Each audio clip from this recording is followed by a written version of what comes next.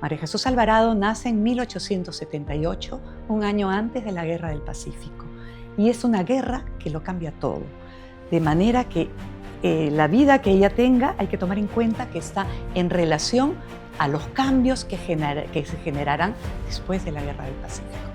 Si hay una persona que ayudó mucho a su libertad interior, a su libertad de pensamiento, fue su madre, que siguiendo mandatos que venían de la Ilustración francesa, la educó en la lectura y en la libertad de pensamiento, lejos de los dogmas. De manera que María Jesús se va a la ciudad de Lima con su madre a muy pequeña edad debido a trastorno económico de su familia y que su padre se va al norte.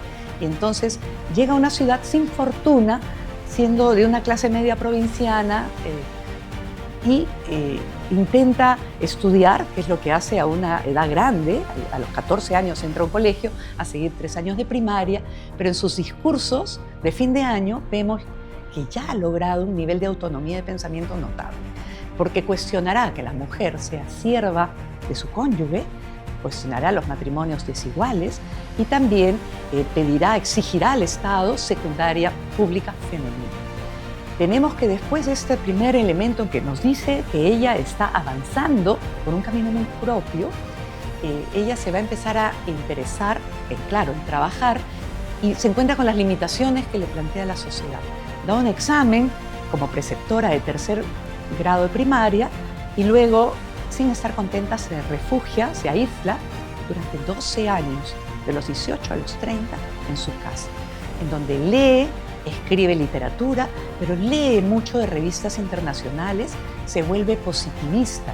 Es una corriente que plantea la necesidad de ser muy racionales, muy científicos, con el positivismo en una mano y las ideas liberales de democracia, igualdad, derechos.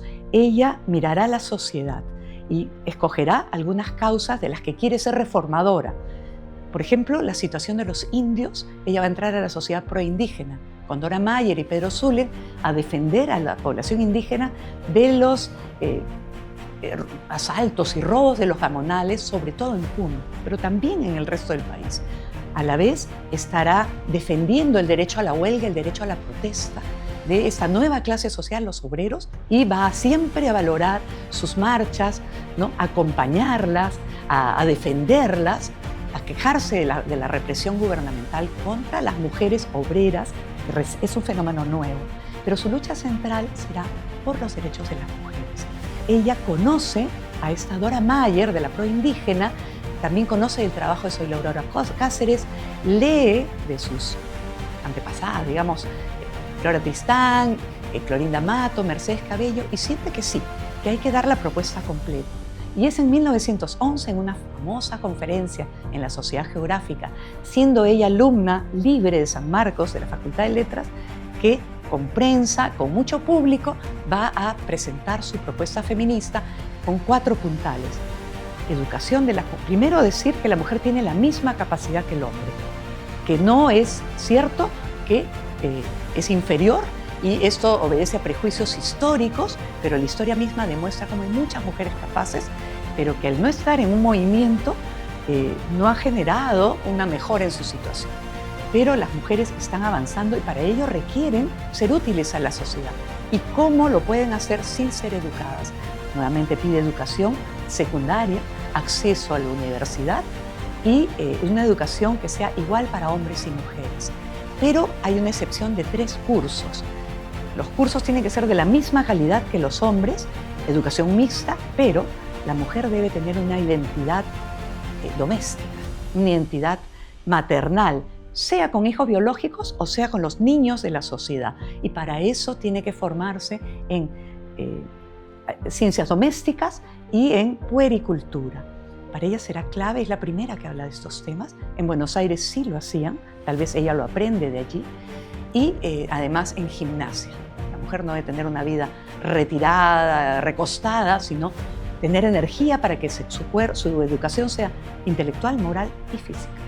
Luego de eso, y la formación profesional debe insertarse en el trabajo, abandonando este desprecio, ese menosprecio de las clases altas al trabajo, esta mentalidad rentista, y especialmente al trabajo de las mujeres. le dice a las mujeres, es la llave de su libertad. En todo el mundo, el trabajo y el ganar dinero ha sido lo que ha otorgado libertad a las mujeres. Lo desarrolla bastante. Luego los derechos civiles para que las mujeres, no solo las casadas, pero ellas también, sino todas, puedan manejar su patrimonio, puesto que aportan a la riqueza del país, pagan impuestos que sean autónomas, no como planteaba el Código Civil del siglo pasado, que todo lo manejaba el papá o el esposo o el hijo mayor. Y finalmente, el derecho al sufragio. Las mujeres tienen derecho a elegir y a ser elegidas para aportar todas sus capacidades a la nación.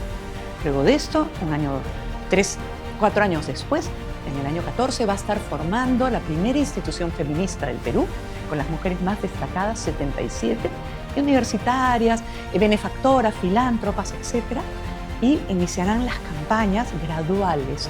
Se llama evolución femenina porque cree en el gradualismo, no en la revolución, sino en primero convencer a la gente de la capacidad de las mujeres, conseguir su educación. Por eso crea una escuela Moral y Trabajo donde aplica sus ideas. Esto acompañado de su trabajo proindígena y por los obreros. Y ella tenía para muchísimo más de jalar y desarrollar estas campañas en el Perú, si no fuera que su solidaridad con obreros y estudiantes durante la dictadura del presidente Leguía llevan a que la gendarmería destruya su imprenta, la encarcele 3 meses y luego la presionan para que se vaya del país. Y se va a Argentina por 12 años, cerrándose este primer feminismo. María Jesús Alvarado es nuestra pionera más importante, no solamente en el Perú, sino en América Latina.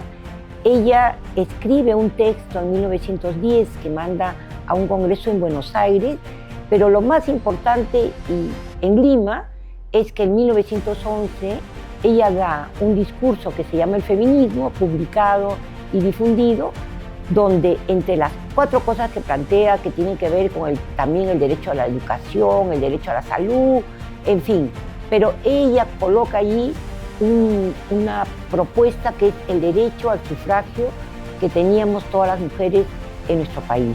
Y entonces es por eso la pionera. Desafortunadamente, digamos, el debate sobre el sufragio femenino en el Perú se da alrededor de la Constitución del 33.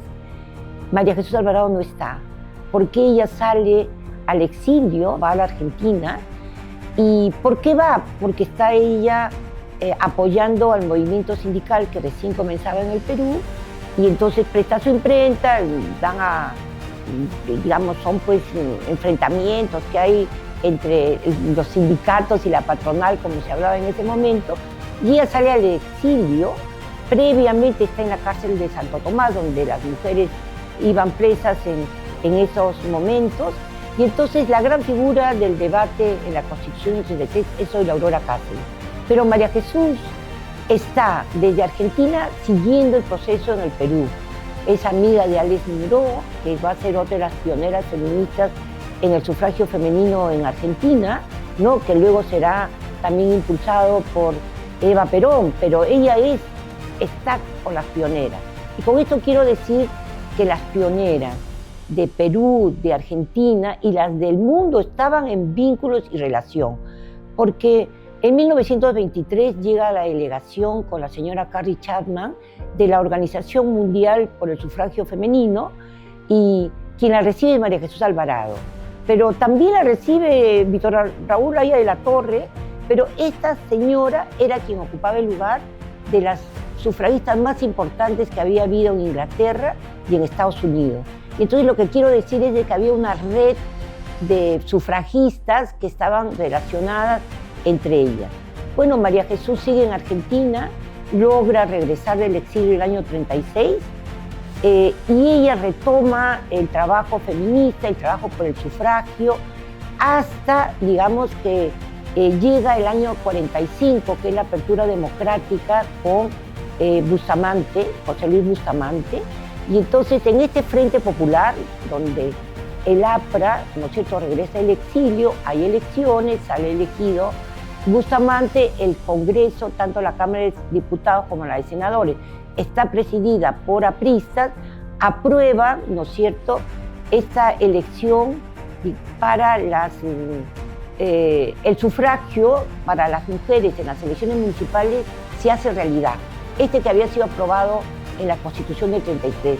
Y entonces están las juntas departamentales, hay elecciones, están las primeras alcaldesas como Dora Madueño en Puno y la señora Zambrano en Urubamba, pero María Jesús sale elegida como las primeras consejeras de la Municipalidad de Lima, igual que Alicia Cox va a salir como, va a ser luego alcaldesa de Miraflores, o igual como la viuda de Mariátegui, ¿no es cierto?, va a ser parte de la Municipalidad de Surco, Anita Quiape, ¿no?